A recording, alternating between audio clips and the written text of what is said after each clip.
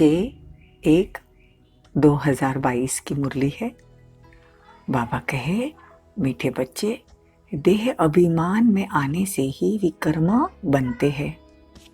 इसीलिए प्रतिज्ञा करो और सब संग तोड़ एक संग जोड़ेंगे। प्रश्न है, कौन सा खेल नेचुरल है लेकिन मनुष्य उसे गॉडली एक्ट समझते हैं? उत्तर है, ड्रामा में यह जो नेचुरल कैलेमिटीज आती है, विनाश के समय एक ही समुद्र की लहर में सब खंड टापू आदि खत्म हो जाते हैं, जिसका रिहर्सल अभी भी होता रहता है। यह सब नेचुरल खेल, इसे मनुष्य गॉडली एक्ट समझते हैं। परंतु बाबा कहते हैं, मैं कोई डायरेक्शन नहीं देता हूँ, यह सब ड्रामा में नोंद है। यह बना बनाया खेल है, ये भगवान विनाश नहीं करवाते हैं, ये ड्रामा में नोंद है। गीत, कौन आया मेरे मन के द्वारे। ओम शांति। कौन आया अर्थात किसकी याद आई, ऐसे नहीं कि आकर दिल में बैठ गया फिर तो सर्वव्यापी हो जाए। नहीं, कौन आया मेरी याद में, अकाल मूर्त, जिसको काल खा न सके। सीख लोग के पास अकाल तख्त भी है, उनके पास अकाली लोग भी है। वो लोग खुद नहीं समझते कि सिख धर्म प्रवृत्ति मार्ग का धर्म है। एक ही आदि सनातन देवी देवता धर्म प्राय लोप हो गया है। मतलब आदि सनातन देवी देवता जो धर्म था वो अभी नहीं है। गुरु नानक ने भी शिक्षा दी, वह भी परमात्मा की महिमा करते हैं। एको अहंकार अकाल मूर्त, तुमको अब सब उस अकाल मूर्त अर्थात परमपिता परमात्मा की याद है, महिमा करते हैं। अकाल मूर्त अयोनि, स्वयंभू अर्थात रचता, निर्भय निर्वैर, अकाल मूर्त, सतगुरु, प्रसाद जप साहे आदि, ये सब महिमा परमात्मा की है। अकाल मूर्त को ही मानते हैं, वही बताते हैं सतयुग आदि सत होसी सत, फिर भी कहते हैं मूल पलीती कपड़ धोए। अब पतित पावन माना ही मूत पलीती कपड़ धोए साफ करते हैं, तब तो उनकी महिमा गाते हैं। देखो, ये सिख लोगों के धर्म में गुरु नानक ने भी बताया है। अकाल मूर्त परमात्मा ज्योतिर्बिंदु है, अकाल मूर्त सत्य योनि, निर्भय निर्वैर, ये सब परमात्मा की ही महिमा है। गुरु नानक खुद इसकी महिमा करते थे, परमात्मा की, मतलब सबका मालिक एक ही है। गुरु नानक भी उसकी महिमा करते हैं, तो क्रिश्चियन धर्म में भी परमात्मा की ही महिमा है। सब धर्म वाले परमात्मा को मानते हैं। और यह जो मुरली चल रही है, यह स्वयं परमात्मा मतलब शिव भगवान वाच है। तो ये जो भी अलग अलग धर्म की आत्माएं हैं, उन सबको ये पता होना चाहिए कि यह स्वयं परमात्मा द्वारा वो कही हुई, मतलब ब्रह्मा द्वारा कही हुई ये मुरली है। और ये सब महिमा जो भी है, जो भी महिमा सब धर्म वाले जो गाते हैं, वो सिर्फ परमात्मा की गाते हैं। तो बाप कहते हैं, मैं आकर आदि सनातन देवी देवता धर्म की स्थापना करता हूँ, अधर्म का विनाश करता हूँ। मैं सच्चखंड की स्थापना करता हूँ और झूठखंड का विनाश। तो मैं सच्चा ठहरा ना, इसीलिए परमात्मा को सत्यम शिवम सुंदरम कहते हैं। बाप कहते हैं, नींद को जीतने वाले बनो। बाप कितनी अच्छी पॉइंट समझाते हैं।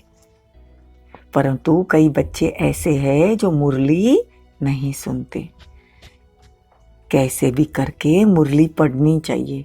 जो मुरली नहीं पढ़ते तो उनकी क्या गति होगी। अच्छे अच्छे बच्चे भी मुरली नहीं पढ़ते, नशा चढ़ जाता है। नहीं तो एक दिन भी मुरली मिस नहीं करे। गुरु नानक ने कहा था, सब निंदक है, झूठे है, कोई भी पवित्र नहीं है। सिख धर्म में अकाली होते हैं, जिनके ऊपर काल चक्र भी दिखाते हैं।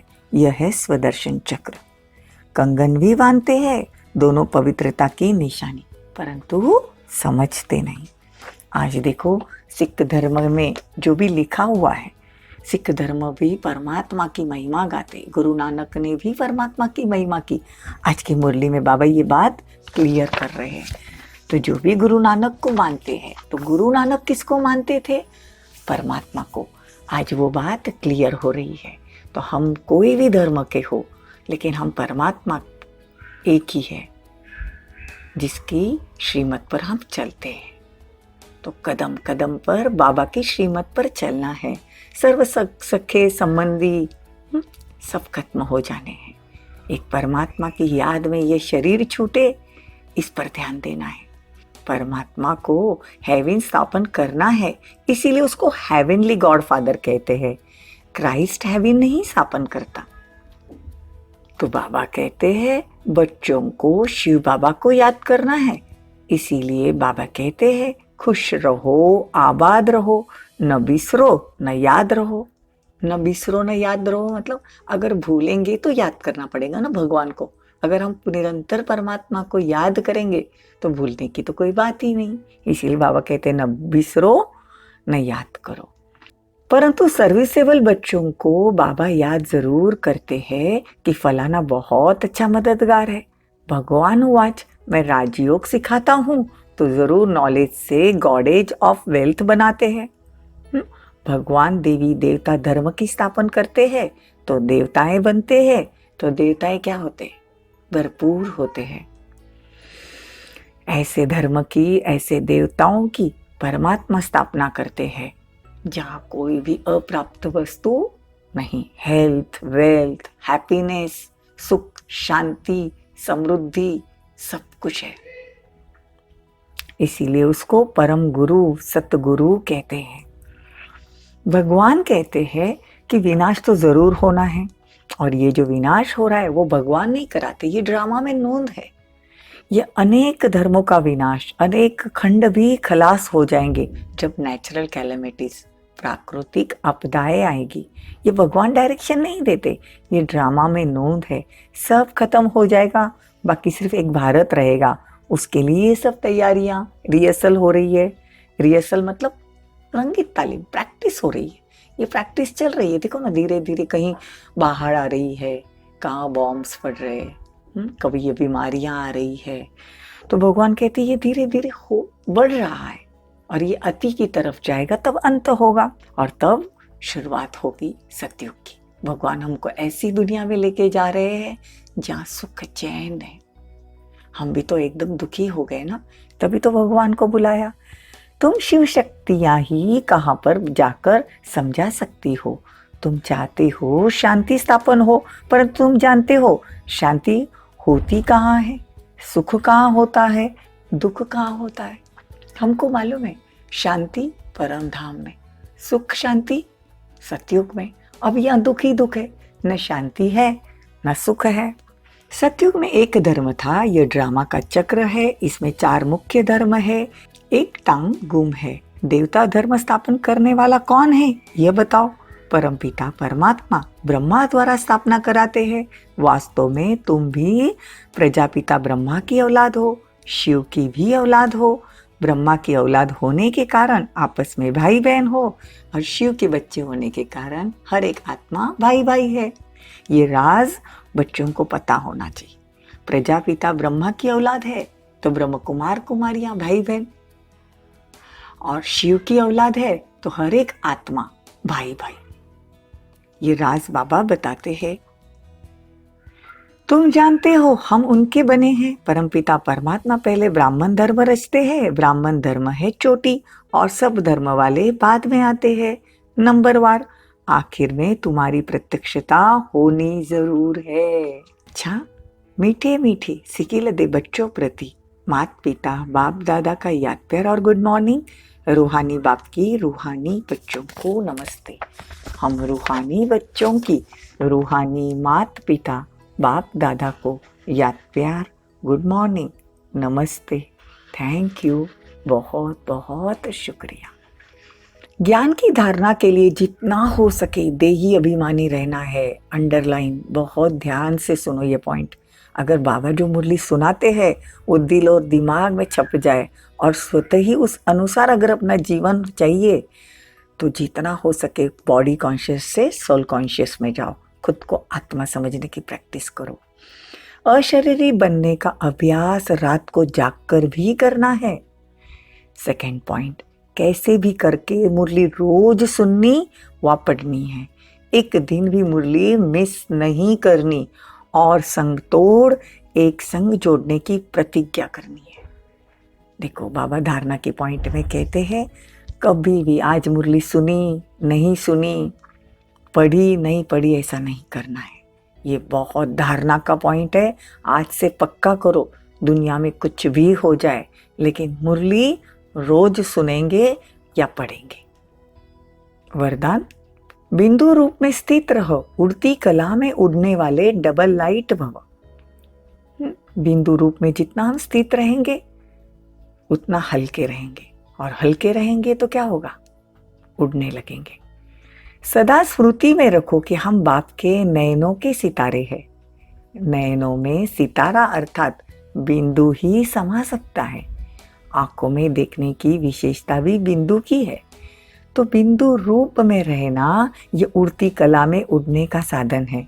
बिंदु बन हर कर्म करो तो लाइट रहेंगे। कोई भी बोझ उठाने की आदत न हो। मेरा के बजाय तेरा कहो तो डबल लाइट बन जाएंगे। स्व उन्नति व विश्व की सेवा के कार्य का बोझ भी अनुभव नहीं होगा। स्व उन्नति मतलब खुद की उन्नति भी करनी है, उड़ती कला का अनुभव करना है, तो मेरे के बजाय तेरा कहना। स्लोगन, विश्व परिवर्तक वह है जो नेगेटिव को भी पॉजिटिव में परिवर्तन कर दे। देखो नेगेटिव अगर बात कोई आई भी तो भी उसको पॉजिटिवली लेना, यह विश्व परिवर्तक और स्व परिवर्तक बन सकते हैं। ठीक है, लवलीन स्थिति का अनुभव करो। अव्यक्त मास छठा दिन, लवलीन स्थिति, परमात्मा के साथ लव में लीन कैसे रहना है, आज का पॉइंट है। देह की स्मृति से ऐसे खोए हुए रहो जे देह भान का, दिन रात का, भूख प्यास का, सुख आराम के साधनों का किसी भी बात के आधार पर जीवन न हो, तब कहेंगे लव में लवलीन स्थिति। देखो आज बाबा ने क्या कहा कि लवलीन रहना है, तो देह भान, देह जो शरीर का जो भान है उसमें रात दिन आता है, भूख प्यास आती है, आराम से रहना, सुख के साधन अनुभव करना, ये हो न हो इसका कुछ फर्क नहीं पड़े। हो तो भी कोई फर्क नहीं, नहीं हो तो भी कोई फर्क नहीं। ऐसे परमात्मा में लव में लीन रहो। जैसे क्षमा ज्योति स्वरूप है, लाइट माइट स्वरूप है, ऐसे क्षमा के समान स्वयं भी लाइट माइट रूप बन जाओ। लाइट माइट, लाइट मतलब प्रकाश, आत्मा ज्योतिर्बिंदु है लाइट, और माइट, माइट मतलब शक्ति, शक्तिशाली है। कोई भी चीज, कोई भी साधन हो न हो, बस परमात्मा प्यार में खोए हुए रहना। जो मिले अच्छा, जो न मिले वो भी अच्छा। सिर्फ दिल से बाबा बाबा बाबा, परमात्मा प्यार में खोए रहना। दिल में बाबा का गीत बजता रहे, बाबा के प्यार में समा जाना है। लवली करके देखना। एक जगह शांति से बैठो और भ्रुकुटी में मैं आत्मा, लाइट माइट, और परमात्मा की याद में, परमात्मा के मिलन में दिल से बस बाबा, मैं बाबा की, बाबा मेरा। बाबा को अपने पास बुलाओ, बाबा से दृष्टि लो, बाबा से शक्तियों का वरदान लो। बाबा की मुरली कभी मिस मत करो। यही अभ्यास में रहना। अव्यक्त मास सर्व प्राप्तियों का मास है। से लवलीन रहना। ओम शांति। ओम